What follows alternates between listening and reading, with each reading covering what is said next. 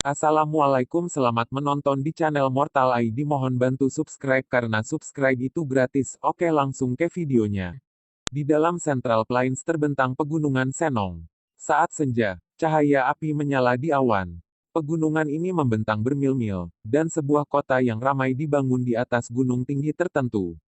Puncak gunung telah diratakan oleh orang-orang dan kota metropolis besar yang memancarkan udara energi telah dibangun di atasnya.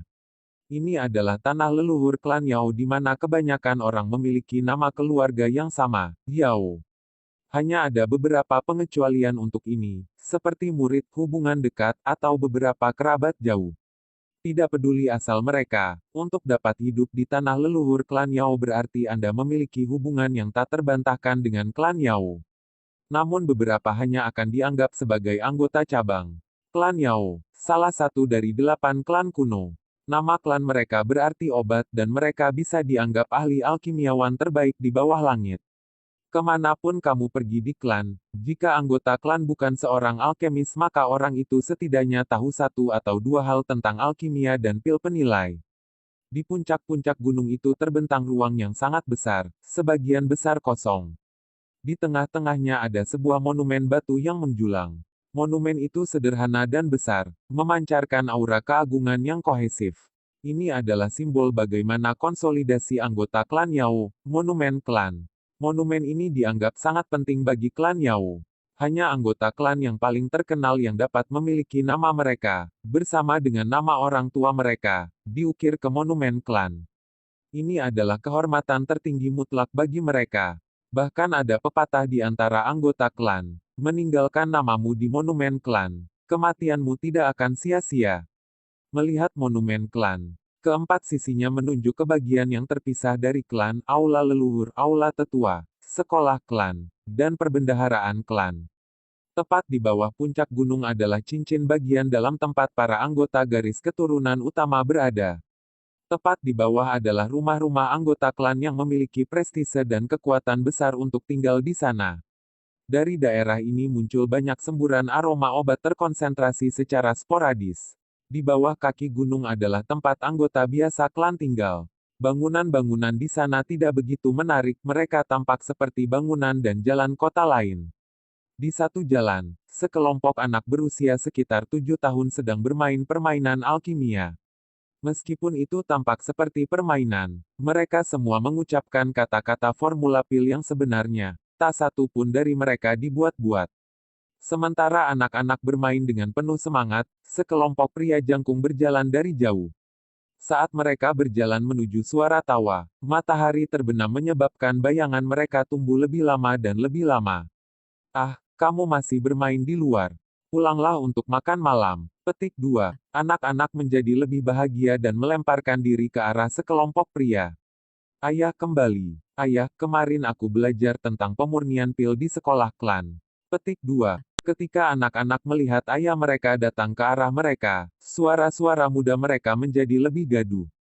Para ayah dengan tertawa mengangkat anak-anak mereka masing-masing ke pundak mereka. Di antara anak-anak itu ada seorang bocah lelaki berusia 5 tahun yang tampak sangat tenang, tetapi tangannya menggenggam erat tangan ayahnya. Kehangatan dari tangan ayahnya memberinya perasaan bahagia yang sederhana. Apa yang terjadi, Chen Er? Apakah kamu nakal lagi dan membuat ibumu marah? Petik 2. Anak itu menundukkan kepalanya. Ibu marah. Dia bilang dia tidak akan mengakui saya lagi. Ayah, Anda akan membujuk ibu, kan? Haha, tentu saja. Ayo pergi. Kami, duo ayah dan anak bersama-sama pasti dapat memastikan bahwa ibumu akan membuatkan kami makanan enak. Petik 2. Yao Huo tertawa memilih anaknya, menempatkannya di atas bahunya. Yao Huo, anakmu nakal lagi. Seorang lelaki kokoh datang berjalan dengan seorang anak yang agak gemuk di bahunya yang juga berusia sekitar 5 tahun. Ayah, Yao Chen menggunakan vas bunga favorit bibi sebagai tungku pil, anak gemuk itu melaporkan dengan keras. Batuk Chen Er, itu bukan vas bunga celadon, bukan? Yao Huo bertanya dengan batuk, alisnya berkedut. Yao Chen menundukkan kepalanya. Tangannya menelusuri kepala ayahnya dengan gelisah. Ibu benar-benar tidak akan mengakui aku lagi. Dia benar-benar tidak akan pernah membuatku kaki ayam untuk makan malam lagi. Petik 2. Jadi itu benar, maka semuanya sudah berakhir untukmu. Oh, bukankah itu hadiah pertama yang kamu berikan kepada istrimu? Yao Chen, tunggu saja untuk dihukum. Tawa pria berotot itu membawa lemak. Matikan Luo Bing. Jangan mencoba menakuti anak saya, Chen Er tidak takut. Dengan aku sebagai ayahmu, aku pasti akan memastikan ibumu membuatkan kaki ayam untukmu makan. Petik 2. Lemak itu dengan lantang bertanya, ayah, apa itu kaki ayam? Mencicipi hal-hal buruk, pulang dan makan roti daging. Petik 2. Ya, roti daging pastinya yang paling enak. Lemak itu menganggukkan kepalanya seolah-olah dia mengerti sesuatu. Yao Huo menatap Luo Bing dengan pandangan membenci. Luo tua, lebih baik kamu mencari anak yang berbeda. Yang ini masih sangat muda tapi Anda sudah rela membiarkannya melakukan apa saja. Petik 2. Luo Bing balas menatapnya. Kamu tidak mengerti apa-apa. Terserah, ayo pulang. Petik 2. Yao Huo tertawa berkata, kita pergi sekarang. Yao Huo dan Luo Bing jelas adalah pemimpin kelompok ini.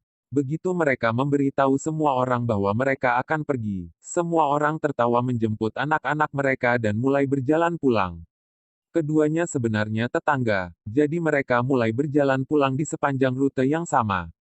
Nama si gemuk adalah Luo Su, dan dia terus mengobrol di sepanjang jalan entah tentang kemalangan Yao Chen saat ini atau mengatakan hal-hal buruk tentang kakaknya, Luo San.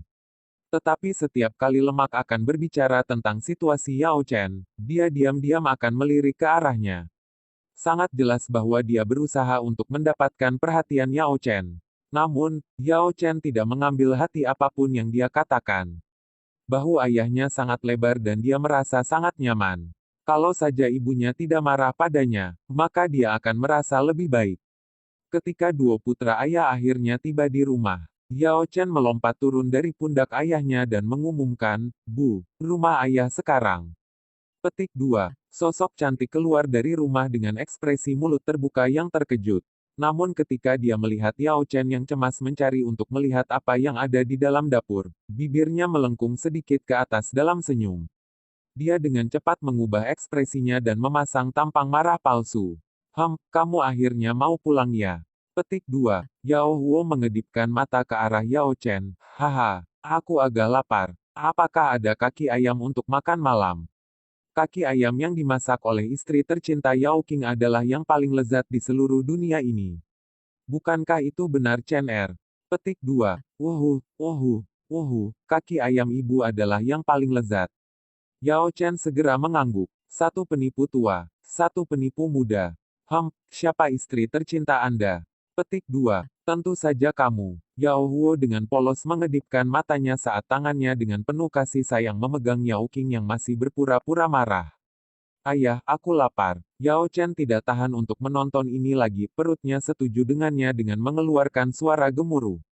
Lupakan, ayo makan. Yao Qing tertawa, amarahnya berubah menjadi senyum ketika dia berbalik dan membawa dua ayah anak itu ke dapur. Meja makan diisi dengan piring yang ditutupi mangkuk. Segera setelah mangkuk diangkat, bau yang luar biasa kuat keluar dan menyerang hidung mereka. Oh, ibu adalah yang terbaik. Yao Chen tampak sangat senang dia merasa seperti dia bisa terbang. Katakan bahwa ibu adalah yang paling cantik. Wanita semua suka mendengar pembicaraan semacam ini. Yao Huo tertawa kepada putranya. Ibu adalah yang paling cantik paling indah. Yao Chen belajar dengan sangat cepat. Kamu tidak takut mengajari anakmu hal-hal buruk. Jika kita tidak mengajarinya beberapa hal buruk sekarang, di masa depan bagaimana dia akan menipu seorang wanita cantik untuk pulang? Putra Yao Qing saya benar-benar perlu menggunakan trik. Kamu pikir dia siapa? Kamu. Haha, itu benar. Tunggu sebentar, mengapa kata-kata ini tampak agak aneh? Pada awalnya, aku juga menyukai tipuanmu. Petik 2. Bu, bagaimana ayah menipu Anda? Yao Chen mengedipkan matanya, mengambil kesempatan untuk memasukkan beberapa kata ke dalam percakapan ini. Dia masih sangat muda dan sangat khawatir ibunya akan berhenti mengakuinya. Kamu benar-benar ingin tahu. Tunggu ketika kamu lebih tua dan kemudian aku akan memberitahumu. Petik 2. Tunggu ketika kamu lebih tua dan kemudian aku akan memberitahumu. Petik 2. Aku sudah dewasa. Saya sudah mulai berlatih skill Flame Foundation. Petik 2. Yao Chen tidak puas dengan hanya mengatakannya dengan keras, dia melompat dari kursinya dan di depan ibu dan ayahnya dia mulai menunjukkan teknik kultivasinya. Namun tiruannya dari bentuk yang benar sangat tidak baik, dan penampilannya menyebabkan orang tuanya mengeluarkan ledakan tawa. Tepat setelah makan malam, Yao Qing memaafkan Yao Chen untuk penggunaan vas bunga yang nakal sebagai kuali obat. Bersama-sama mereka berjalan-jalan menuju ke puncak gunung. Angin sepoi-sepoi terasa menyenangkan saat berhembus melalui udara sore hari, dan Yao Chen mulai bermain dan menghibur dirinya di sepanjang jalur gunung. Keluarga itu sangat bahagia bersama. Sesampainya di puncak gunung, mereka melihat monumen klan di tengah lapangan umum. Sudah ada beberapa orang di sekitarnya. Yao Huo tertawa berkata, "Ayo, hari ini aku akan membawamu ke tempat khusus." Awalnya disitulah ayahmu bersama ibumu dan Yao Huo. Yao Qing menginjak kakinya dan di wajahnya yang cantik dan murni muncul 2 titik merah. Hehe, ayo pergi. Menyaksikan matahari terbenam di sana memberi Anda semacam perasaan khusus dan jika kami sampai di sana terlambat itu akan diambil oleh orang lain. Petik 2. Melanjutkan di sepanjang jalan, mereka melewati monumen klan dan tiba di menara lonceng besar. Mereka memanjat bintang-bintang dan tiba di atap tempat angin bertiup kencang. Cahaya api matahari terbenam perlahan-lahan turun melewati puncak gunung yang jauh. Titik-titik-titik, angin sepoi-sepoi, cahaya matahari terbenam, tawa ibu dan ayahnya. Tangan kecil Yao Chen menunjuk ke alun-alun yang jauh. Ayah, kita bisa melihat monumen klan dari sini. Wow, sangat kecil dari sini. Petik 2. Haha, Yao Chen, apakah kamu tahu apa itu monumen klan? Apakah Anda tahu mengapa itu sangat penting? Petik 2. Tidak. Yao Chen menggelengkan kepalanya. Pemuda itu masih tidak tahu mengapa monumen klan adalah simbol paling penting di klan Yao. Yao Huo tertawa terbahak-bahak. Dia menepuk kepala Yao Chen dengan tangannya yang kasar dan besar dan perlahan berkata, monumen klan ini memiliki catatan anggota klan Yao, klan kita yang paling heroik. Ini adalah kehormatan terbesar dari klan Yao kami. Nenek moyang yang tak terhitung jumlahnya telah menghabiskan seluruh hidup mereka untuk mencoba mengukir nama mereka. Petik 2. Yao Chen, kakek buyutmu pernah mencapai kehormatan itu dan namanya diukir di atasnya. Itu adalah momen paling mulia bagi seluruh keluarga cabang kami. Petik 2. Ketika berbicara tentang kejayaan masa lalu ini, ekspresi Yao Huo berubah menjadi penghormatan, harapan, dan juga ketidakberdayaan. Yao Chen tidak dapat melihat melalui ekspresi ayahnya, dan setelah berkedip dia berkata dengan suaranya yang lembut, kakek buyut sangat mengagumkan. Petik 2. Ya, dia luar biasa. Tetapi keturunannya sendiri hanya bisa tidak layak atas nama orang tua itu. Petik 2. Yao Huo tersenyum tipis. Melihat monumen batu kuno dan besar, kata-katanya sekarang mengandung beberapa penyesalan. Sejak zaman kakek buyutmu, keluarga cabang kami tidak bisa lagi menghasilkan orang-orang dengan prestasi seperti itu. Selama beberapa tahun ini, cabang kami semakin tenggelam. Kemuliaan yang ditinggalkan kakek buyutmu untuk kami telah memudar. Petik 2. Mata Yao Qing menyala. Dia sudah tahu apa yang ingin dibesarkan suaminya ketika dia menyarankan untuk keluar hari ini. Yao Chen sekarang berusia 5 tahun, yang di klan Yao adalah waktu untuk mulai membangun yayasannya. Yao Huo mengatakan ini kepada Yao Chen karena dia khawatir dia terlalu muda dan tidak akan bisa menangani berapa banyak pekerjaan pahit yang diperlukan untuk melatih. Tapi mendengar penyesalan samar itu dalam suaranya, dia tidak bisa menahan nafas. Sambil memegang tangan suaminya yang besar, dia berkata, kamu sudah mencoba yang terbaik. Petik 2. Siapa yang tahu seberapa banyak Yao Chen mengerti, tapi dia bisa merasakan penyesalan tak berdaya orang tuanya, jadi dia mengulurkan tangan kecilnya untuk meraih tangan Yao Huo yang lain. Matanya yang cerah menatap tablet batu yang jauh dan jauh. Ayah, aku akan memasukkan nama kamu dan ibu ke dalamnya. Petik 2. Suara lembut, kekanak-kanakan Yao Chen 5 tahun itu serius. Jika melakukan itu akan membuat ayah dan ibunya bahagia, maka dia akan bekerja paling keras untuk itu. Yao Huo bergetar ketika mendengar ini. Mengukir nama mereka di monumen klan sangat sulit. Banyak individu berbakat yang gagal. Tapi dia masih mengangguk dengan semangat kepada Yao Chen kecil. Lalu ayah akan menunggu hari itu. Anak saya Chen Er pasti akan luar biasa. Petik 2. Yao Chen menganggukkan kepalanya dengan kencang, hati mudanya penuh dengan tekad. Titik titik titik. Waktu berlalu, dan 8 tahun berlalu dalam sekejap mata. Tekad itu telah memenuhi dirinya di menara lonceng adalah sesuatu yang Yao Chen tidak pernah lupakan dalam 8 tahun terakhir. Ketika dia berusia 6 tahun dia telah bergabung dengan sekolah klan. Dia berlatih secara gila-gilaan, sebagian karena setiap kali dia maju dia bisa merasa bangga di mata ayahnya dan senyum gembira ibunya. Di ruang pelatihan sekolah klan, seorang pemuda berjubah hijau sedang berlatih latihan fisik. Di ruang pelatihan sekolah klan, seorang pemuda berjubah hijau sedang berlatih latihan fisik. Gerakannya seperti panah, lurus dan tanpa jeda. Tiba-tiba gerakannya terhuyung dan doukinya menunjukkan tanda-tanda kehabisan sehingga dia tidak punya pilihan selain berhenti. Pemuda itu menghembuskan napas panjang dari udara yang keruh. Kakak Chen, ayo pulang. Saya lapar. Petik 2. Sosok gemuk bergegas keluar. Pemuda berjubah hijau adalah Yao Chen yang berusia 13 tahun, dan yang berlemak adalah Luo Su. Selama 8 tahun ini, Yao Chen telah tumbuh lebih tinggi dan lebih cerah. Adapun Luo Su, dia menjadi lebih tinggi, tetapi dalam beberapa hal dia masih gemuk yang suka mengobrol. Yao Chen tersenyum dan mengangguk. Oke, ayo pergi. Petik 2. Hehe, ketika kita pergi pagi ini, Bibi King berkata kita akan makan pesta untuk makan malam. Luo Su menjilat bibirnya. Setiap kali dia memikirkan makanan, dia tidak akan bisa menahan nafsu makannya dan harus terus-menerus menelan ludahnya. Yao Chen tidak bisa memperbaiki suasana hatinya. Setiap kali mereka mengadakan pesta seperti itu karena ayahnya harus pergi keluar. Ketika dia masih muda dia tidak tahu ini, tetapi sekarang dia berusia 13 dia telah belajar bahwa keluar ini benar-benar menyelesaikan misi klan. Ayah dan pamannya Luo Bing sama-sama pengawal besi klan. Pengawal besi klan Yao biasanya tidak meninggalkan klan. Tetapi ketika mereka melakukannya, misi yang ditugaskan kepada mereka pasti akan sangat berbahaya. Misi yang mudah tidak mengharuskan pengawal besi untuk menanganinya. Hanya sekte dan sekolah di sekitarnya yang telah menempelkan diri pada klan Yao akan mampu menangani mereka. Hanya ketika orang-orang itu tidak lagi memiliki metode yang tersedia bagi mereka, klan Yao mengirim pengawal besi. Jelas tingkat bahaya tidak akan rendah. Luo Su pergi ke rumah Yao Chen untuk makan seperti yang sering dilakukannya. Sejak hari dia mencoba kaki ayam, Luo Su tidak pernah pergi makan di rumahnya sendiri. Ibunya meninggal sejak dini, sementara ayahnya tidak pernah ingin menikah lagi. Tidak ada wanita lain di keluarganya, jadi setiap makan setiap hari hanyalah roti daging kukus. Meskipun tidak kekurangan daging, selalu direbus dan diasamkan.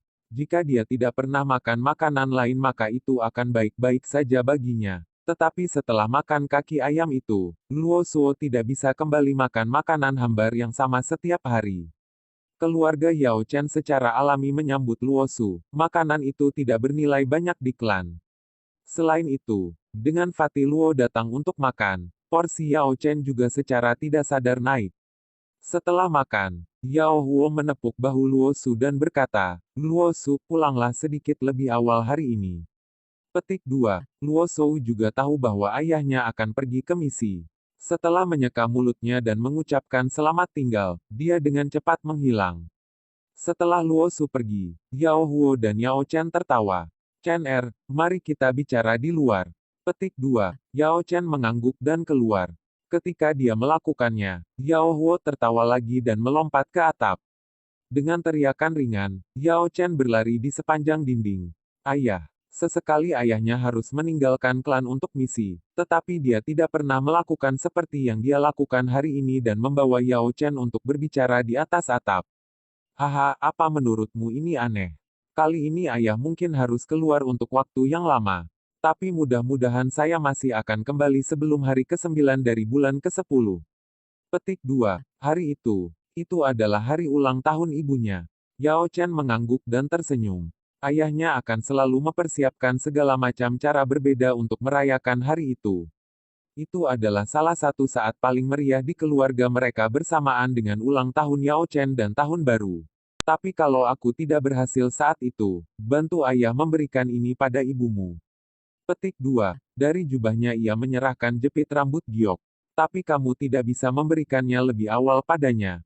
Hanya berikan padanya jika aku tidak berhasil kembali. Wanita menyukai hal-hal romantis. Petik 2. Yao Chen memutar matanya, ibu dan ayahnya agak terlalu romantis. Bagaimanapun, dia tidak bisa mempelajarinya. Yao Huo kemudian memberitahu Yao Chen beberapa teknik lain untuk menjemput anak perempuan. Tetapi dia tiba-tiba berhenti ketika dia menatap mata Yao Chen.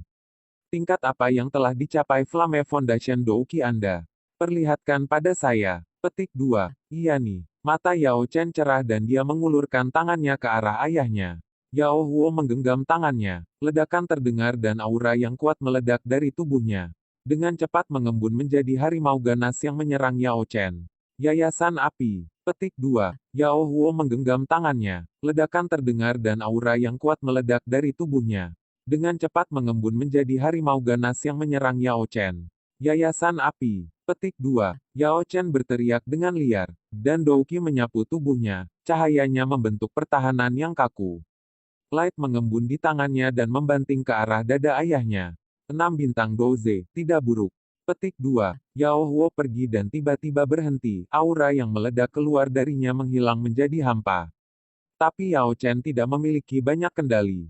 Dia buru-buru berusaha menarik kembali kekuatannya, dan karena terlalu fokus pada hal itu, dia akhirnya jatuh dari atap. Bangun, dia marah, ayah, berhenti main-main. Bukankah Anda mengatakan Anda akan berdebat dengan saya? Petik 2. Apakah kita harus bersilang tangan untuk bertanding? Manerisme juga semacam pertarungan. Cara menggunakan cara Anda untuk mengintimidasi musuh, cara mengetahui niat lawan Anda. Hal-hal ini adalah sesuatu yang tidak dapat Anda pelajari hanya dari pelatihan. Petik 2. Yao Chen ternganga. Sepertinya mengerti sesuatu tetapi juga merasa itu sangat kabur. Sesuatu seperti ini sangat sulit dan kamu tidak perlu memikirkannya sekarang. Setelah misi ini selesai saya akan pergi ke klan dan mengundurkan diri dari menjadi Iron God. Yao Huo tertawa dan menepuk bahu Yao Chen. Yao Chen menjadi gila karena itu. Maksud di balik kata-kata ayahnya adalah untuk membimbing hatinya. Di dalam klan Yao ada 3 cara untuk belajar. 1. Memasuki sekolah klan. Dari 6 hingga 18, siapapun bisa bergabung dengan sekolah. Sekolah klan menawarkan pendidikan untuk semua orang dan siapa saja, entah itu jenius atau udik. 2. Tinggal di rumah dan minta para penatua keluarga bertugas mengajar mereka. Hasil dari pelatihan seperti itu secara alami lebih baik daripada ajaran sekolah klan yang sangat luas dengan banyak siswa. Selain itu, banyak seni rahasia hanya beredar di setiap keluarga. Yang bisa diajarkan oleh sekolah klan semuanya sangat umum. Ketiga, menjadi murid magang dari klan. Pakar klan sesekali akan memilih murid muda untuk menjadi murid mereka, tetapi hanya yang terbaik yang memiliki kesempatan seperti itu. Yao Chen saat ini berkultivasi di dalam sekolah klan dengan pahit. Kemajuannya sudah cukup bagus, pada usia 13 dia sudah menjadi bintang 6 Douze. Selain itu, dia tidak pernah minum pil obat radikal untuk mempromosikan doukinya. Setiap bulan dia hanya minum 1 pil penguat mus yayasan esensi. Dengan bakatnya, bahkan hanya melanjutkan dengan sekolah klan untuk berkultivasi itu tidak buruk. Tapi dia secara bertahap akan jatuh di belakang murid-murid berbakat lain dari klan. Ayah, jangan khawatir, aku akhirnya berhasil mendapatkan cukup uang. Sekarang Anda adalah Douze 6 bintang, Anda akhirnya dapat mulai berlatih teknik kultivasi sejati. Beberapa teknik hebat klan sekolah tidak buruk. Dengan kemajuan Anda selama 2 tahun ini, Anda harus memilih teknik yang terbaik. Klan Yao sangat mementingkan dan menghormati obat, jadi para murid di dalam klan semua harus menggunakan Flame Foundation Skill sebagai langkah kultivasi pertama mereka. Hanya ketika atribut api Douki di dalam tubuh mereka mencapai tingkat yang cukup mereka dapat memilih teknik budidaya bangunan fondasi. Dari Flame Foundation hingga teknik budidaya bangunan fondasi sejati adalah langkah yang sangat penting. Tapi ayah, teknik terbaik membutuhkan terlalu banyak. Yao Chen sudah mempersiapkan diri untuk memilih teknik yang tidak memerlukan terlalu banyak obat tambahan. Haha, jangan khawatir tentang itu. Ayahmu akan membuka jalan untukmu. Chen Er, selama kamu bekerja keras, ayahmu tidak akan mengatakan apa-apa. Oke, cari ibumu dan bicaralah sedikit. Dan jangan lupa jepit rambut Giok, jangan biarkan dia mengetahuinya. Petik 2. Ya, Yao Chen penuh antusias saat dia mengangguk. Menatap perawakan besar ayahnya, hatinya dipenuhi kehangatan. Malam berlalu, pagi-pagi sekali, sebelum matahari terbit, Yao Chen mendengar orang tuanya bangun dari tempat tidur. Dia diam-diam bangkit dari tempat tidur dan pergi ke jendela. Meminjam cahaya bintang, dia melihat Paman Su sudah menunggu di sebelah. Oh Wu, cepatlah. Pria tua dengan wanita adalah yang paling merepotkan. Abaikan, dan diamlah, jangan bangunkan mereka. Dan hei, siapa yang sudah tua? Petik 2. Oke, ayo pergi. Di bawah cahaya bintang, kedua sosok itu menghilang di kejauhan.